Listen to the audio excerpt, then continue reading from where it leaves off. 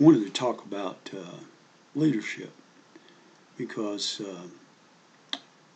it's always necessary, no matter how well defined a country or civilization may be. If there are not, if there is not an individual or a group or whatever who takes the torch and carries it forward, generally things just become stagnant and fall down. Leadership is always necessary, and you have good leaders, you have bad leaders. I would prefer the good ones to the bad ones, but if there's no leadership, there's a vacuum, and someone or somebody or some group always steps into the vacuum. And usually the vacuum is there when there's a lack of confidence or belief in within the country, the civilization, the group, or whatever. There are many, many examples of good ones and bad ones. I mean, in this country, the United States, the first one I would, and we wouldn't exist without him, would be George Washington. And I know that today there's some flack and so forth for George. But there would be no United States without him. That's the first thing anybody needs to take away. Yes, he was a wealthy man, and yes, he owned some slaves, and so forth. He did release them, the ones he owned, in his will, and so forth. But this is the thing, is the Revolutionary War was a long war, and we lost most of the battles in that war. We would have fallen apart without him. Congress was what Congress has always been, a bunch of bickering politicians, and he managed to hold everybody together and keep us on point until the final moment. And a lot of people think the war ended at Yorktown, and it was some time after that it actually ended with the Treaty of Paris. But he kept everybody on point, and he kept soldiers who were ill-fed and ill-clothed there through that, because they believed in him and what he represented. He could have been dictator or king or whatever, because the military was ticked that they still hadn't been paid, and they were threatening a coup. And excuse me, computer's bothering me.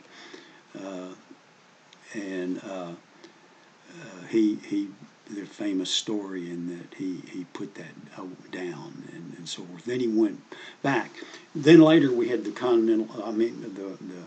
Articles of Confederation, which that was falling apart, and Hamilton and others put together the Continental Congress, but he was president of that, and he presided over it, and it probably would not have happened without him. And then he was president for 2 terms.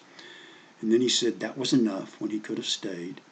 And for a long time, that 2 terms was honored until Franklin Roosevelt. And then after Roosevelt, we had the constitutional amendment to limit the presidency to 2 terms. But anyway, that's a prime example. And then on the other side, you have a man like Napoleon who had a lot of good points, and people would have followed him, his men would have followed him forever. But, Napoleon did some good things, he did some bad things. Mainly he bathed the continent in blood for a long time and so forth. So you need to consider all that. But this is the thing. A rank or a title does not make you a leader. And there are many people who think it does.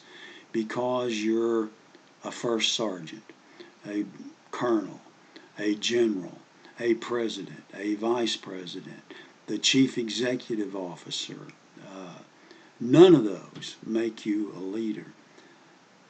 The fact that you can step up and get people to not only not really follow you, go with you. And that's a key point. To go with you is the sign of a leader. Jack Welch, who some people don't like now, but I worked with men who worked for him, and they would have dragged themselves over broken glass for him because he turned GE into a dynamic, growing entity.